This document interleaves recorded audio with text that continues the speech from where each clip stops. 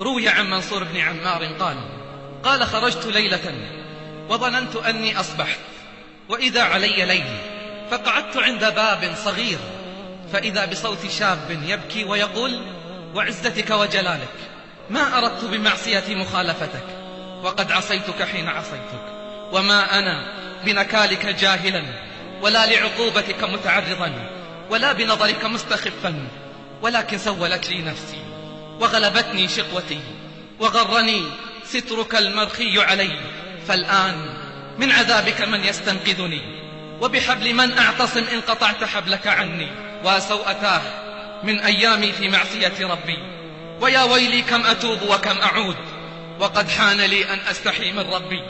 قال منصور: فلما سمعت كلامه قلت: أعوذ بالله من الشيطان الرجيم، بسم الله الرحمن الرحيم، يا أيها الذين آمنوا قوا أنفسكم وأهليكم نارا وقودها الناس والحجارة، عليها ملائكة غلاظ شداد لا يعصون الله ما أمرهم ويفعلون ما يؤمرون.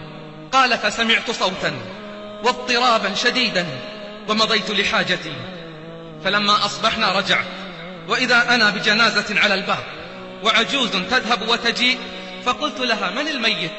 فقالت: لا تجدد علي أحزاني. قلت: إني رجل غريب. فقالت: هذا ولدي، مر بنا البارحة رجل لا جزاه الله خيرا، فقرأ آية فيها ذكر النار، فلم يزل ولدي يضطرب ويبكي حتى مات. قلت: إنا لله وإنا إليه راجعون. قلت: هكذا والله صفة الخائفين يا ابن عمار.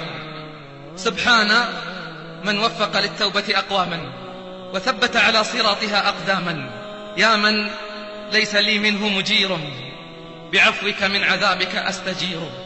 إن تعذبني فبعدلك، وإن ترحمني فأنت به جدير.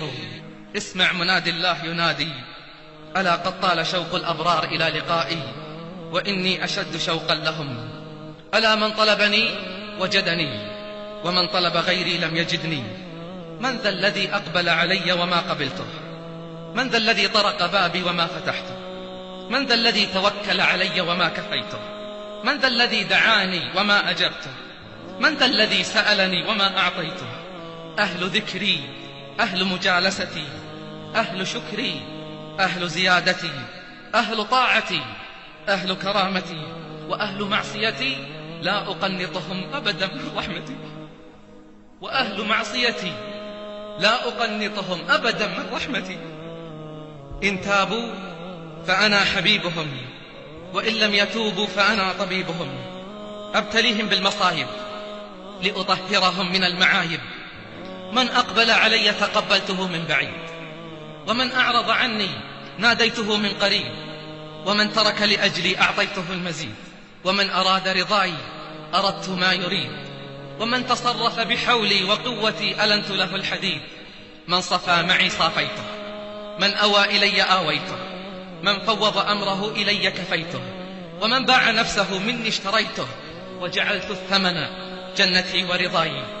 وعد صادق وعهد سابق، ومن أوفى بعهده من الله. يا فرحة التائبين بمحبة الله،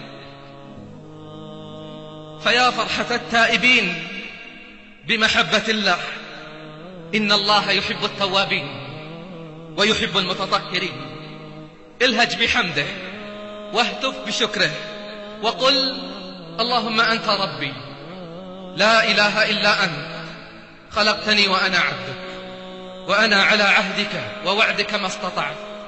أعوذ بك من شر ما صنعت، وأبوء إليك بنعمتك علي، وأبوء بذنبي فاغفر لي، إنه لا يغفر الذنوب إلا أنت. قل: أنا الميت الذي أحييته فلك الحمد. قل: أنا الضعيف الذي قويته فلك الحمد. أنا الصغير الذي ربيته فلك الحمد. أنا الفقير الذي أغنيته فلك الحمد. أنا الضال الذي هديته فلك الحمد.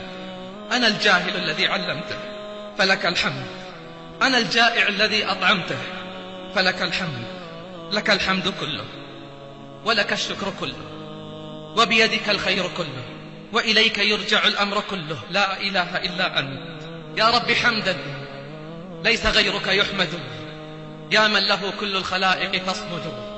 أبواب غيرك ربنا قد أوصدت، ورأيت بابك واسعا لا يوصد.